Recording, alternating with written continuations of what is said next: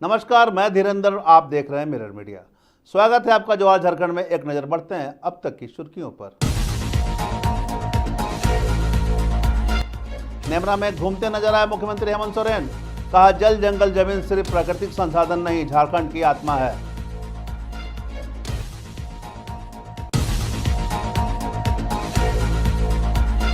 हजारीबाग में घायल लकड़बग्गा का सफल रेस्क्यू, 15 दिन की देखभाल के बाद लौटा जंगल में।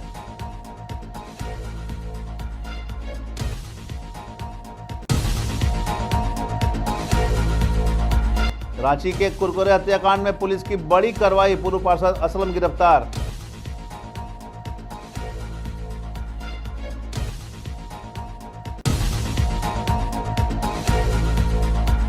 रांची में सभी धर्म गुरुओं ने शिबू सोरेन को दी श्रद्धांजलि। परंपरागत तरीके से दिशम गुरुओं के लिए की गई प्रार्थना।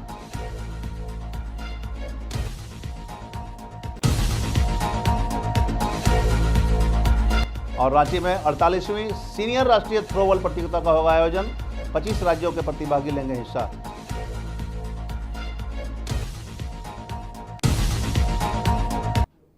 अब खबरें विस्तार से।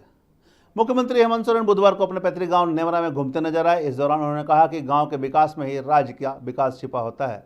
जल जंगल जमीन सिर्फ प्राकृतिक संसाधन नहीं बल्कि झारखंड की आत्मा है। मुख्यमंत्री हेमंत सोरेन ने कहा कि जल, जंगल और जमीन राज्य की पहचान है और अस्तित्व का आधार है। इन तीनों संसाधनों के संरक्षण और संवर्धन को प्राथमिकता में रखकर काम किया जा रहा है। उन्होंने आगे कहा कि यह केवल प्राकृतिक संसाधनों की रक्षा का विषय नहीं बल्कि आने वाली पीढ़ी के लिए सुरक्षित और समृद्ध झारखंड बनाने का संकल्प है।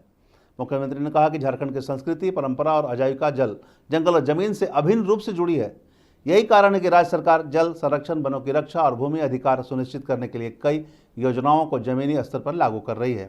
उन्होंने कहा कि झारखंड की असली पहचान उसकी प्राकृतिक संपदा, सांस्कृतिक धरोहर है। सरकार जल संरक्षण, वन संरक्षण और भूमि अधिकारों को सर्वोच्च प्राथमिकता दे रही है ताकि आने वाली पीढ़ी के लिए धरती हरी भरी और जीवनदायी बनी रहे।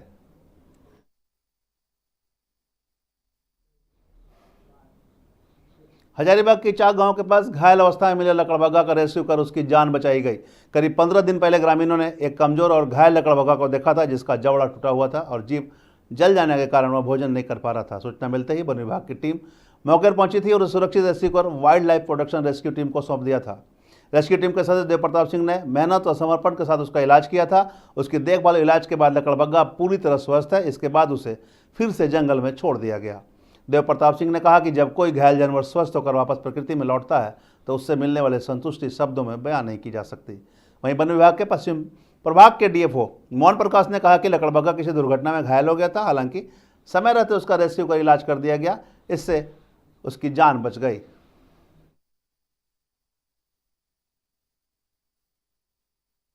था वो 12 दिन पहले वन विभाग को सूचना आई थी। चाक के पास एक गांव है जहाँ की एक लकड़बग्गा घायल अवस्था में था और वहाँ पे वाइल्ड बोर को मारने के लिए बम लगाते हैं, देसी बम, जिसको वाइल्ड बोर नहीं खा के लकड़बग्गा ने उसको बस पकड़ लिया था, जिसके कारण उसका जबड़ा टूट गया और लोअर लिप उसका पूरा फट गया था और टंग उसका जला हुआ था। तो खाना वाना खाने में असमर्थ था, जिसके कारण वो 5-10 दिन वहीं बीत गया होगा। बहुत कमज़ोर हो गया था। बाद में वहाँ के लोकल लोगों ने भी उसको मार पीट दिया था, बहुत कमज़ोर था। बाद में वहीं ग्रामीणों ने वन विभाग को सूचना दिया और वो रेस्क्यू करके लेकर के आए और 12 दिन तक हम लोगों ने इलाज किया उसका। रात के देर रात वो लेकर के आए थे। उस समय से ही हम लोगों ने ट्रीटमेंट स्टार्ट कर दिया था इसका, मतलब देरी नहीं की जब से हम लोगों को सूचना मिला था। और रेस्क्यू के दौरान, वो इलाज के दौरान पहले तो 2-3 दिनों तक वो बिल्कुल ही बेहोशी के हालत में था। उसके बाद वो धीरे धीरे होश में आया और खाना भी खाने के लायक सक्षम नहीं था। उसे खिलाना पड़ता था किसी लकड़ी में चिकन डाल करके। उसका जीव घायल था इस प्रकार कि वो खाने को उठा भी नहीं पाता था। जैसे आप डॉग देखते हैं सेम ही खाना खाता है वो। तो जबड़ा ऐसा घायल था कि वो खाने को ज़मीन से उठा भी नहीं पाता था। तो उसको थोड़ा सा हम लोग परेशान करते थे ताकि वो गुस्साए, और गुस्से की अवस्था में जब वो मुँह खोलता था तो हम लोग लकड़ी से उसके मुँह में चिकन या फिर कलेजी सॉफ्ट पीस उसके मुँह में डालते थे। और धीरे धीरे 3-4 दिनों में बहुत अच्छा रिकवरी हुआ उसका। और उसके बाद रिकवरी के बाद पानी भी पीने में वो सक्षम नहीं था। अब मतलब उसके घाव का अवस्था आप समझ सकते हैं कि जीभ जला हुआ था कि वो पानी भी नहीं उठा पाता था। तो बॉटल से या फिर पिचकारी में पानी भर के हम लोग उसके मुंह में डायरेक्ट फोर्स से डालते थे और इस तरीके से वो रेस्क्यू बहुत जल्दी रिकवर किया और आज हम लोग उसको जा करके रिलीज़ कर दिया। हाँ, हमारे डिपार्टमेंट को खबर मिली थी कि एक हाइना जो है घायल अवस्था में, शायद किसी रोड एक्सीडेंट से घायल हुआ था, उसके मुंह में बहुत ज़्यादा चोट थी, तो उसको वहाँ से रेस्क्यू किया गया सेफली फॉरेस्ट डिपार्टमेंट की टीम के द्वारा और उसको 13 दिन उसका ट्रीटमेंट किया गया। उसे एक्सपर्ट वेटनरियन के द्वारा सारा ट्रीटमेंट दिया गया और उसके बाद जब लगा कि ये ठीक है तो कल उसे सुरक्षित वन में उसके परिवेश में उसे छोड़ दिया गया। अभी लगड़बग्गा बहुत हेल्दी स्थिति में था, आप लोगों ने वीडियो में भी देखा होगा। और जानवर हम सब लोगों के परिवेश को अच्छा बनाने का कार्य करते हैं, उनको हम जंगल का इंजीनियर कहते हैं। अगर ये हैं तो जंगलों के अंदर नए पौधे आते रहेंगे, बायोलॉजिकल कंट्रोल होता रहेगा। ये हमारे स्कैवेंजर्स का भी काम करते हैं और ये प्लांटेशन में बहुत बड़ी हेल्प करते हैं और सीड डिस्पर्सल में, पेस्ट कंट्रोल में, बाकी फूड चेन का एक बहुत ही अहम हिस्सा है।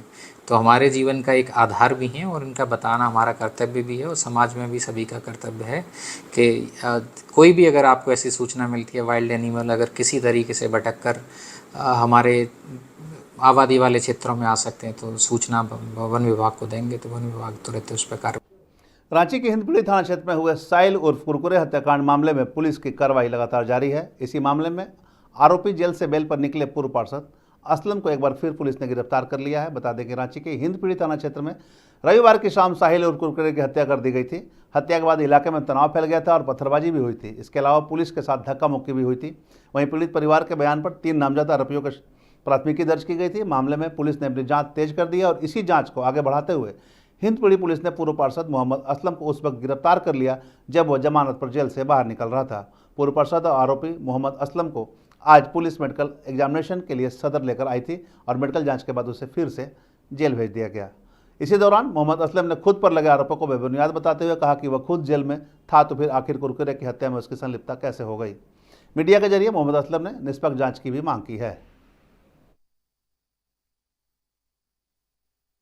निष्पक्ष जांच करें, हम निर्दोष है, हमको फंसाया गया है। जिस वक्त घटना हुई हम जेल में थे, हम कल जेल से निकले और जेल गेट से जो है डायरेक्ट प्रशासन यहाँ ले आया, हमको STSC थाना में रखा, कोई जांच पड़ताल नहीं किया, फिर मुझे जेल भेजने का काम कर रहा है। प्रशासन से मेरी आग्रह है और मैं अपने जो अभी पार्षद मोहतरमा है उससे कहूँगा कि हर जगह लिखित वे में दीजिए, IG, DIG, DGP, SSP, DSP, कहीं पर भी एकदम CBI जांच हो। हमारा कहीं पर भी अगर कोई साक्ष्य निकलता है तो मैं मुजरिम कहलाने के लिए तैयार हूँ। रांची के बिहार भवन में बुधवार को गुरुजी शिबू सोरेन को श्रद्धांजलि देने के लिए सभा का आयोजन किया गया। इस श्रद्धांजलि सभा की खास बात यह थी कि गुरुजी के लिए इस सभा में सभी धर्मों के धर्म गुरुओं ने अपनी अपनी परंपरागत तरीकों से गुरुजी के लिए प्रार्थना की।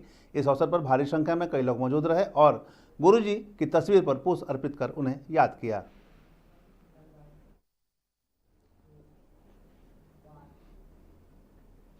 रांची में 16 से 18 अगस्त तक खेलगांव स्थित हरिवंश टाना भगत इंडोर स्टेडियम में 48वीं सीनियर राष्ट्रीय थ्रोबॉल प्रतियोगिता का आयोजन किया जा रहा है, जिसमें देश के 25 राज्य और केंद्र शासित प्रदेश के प्रतिभागी हिस्सा ले रहे हैं।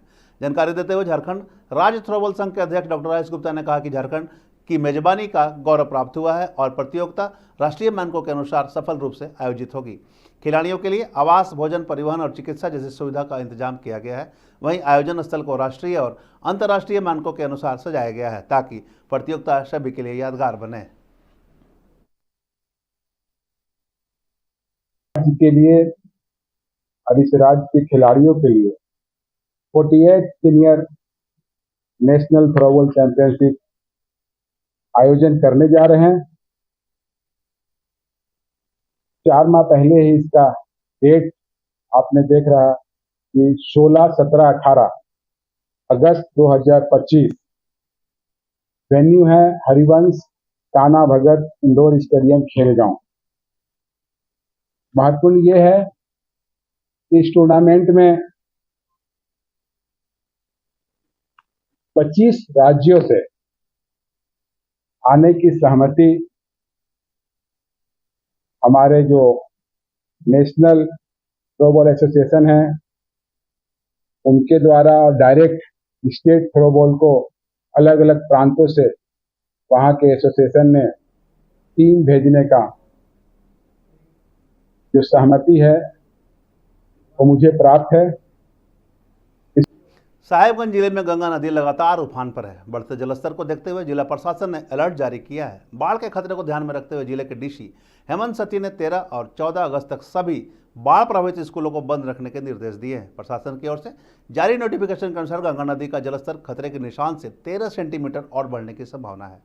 इसी स्थिति को देखते हुए गंगा नदी के किनारे स्थित सभी सरकारी और निजी स्कूलों को बंद रखने का फैसला लिया गया है, ताकि छात्र छात्राओं और शिक्षकों की सुरक्षा सुनिश्चित की जा सके।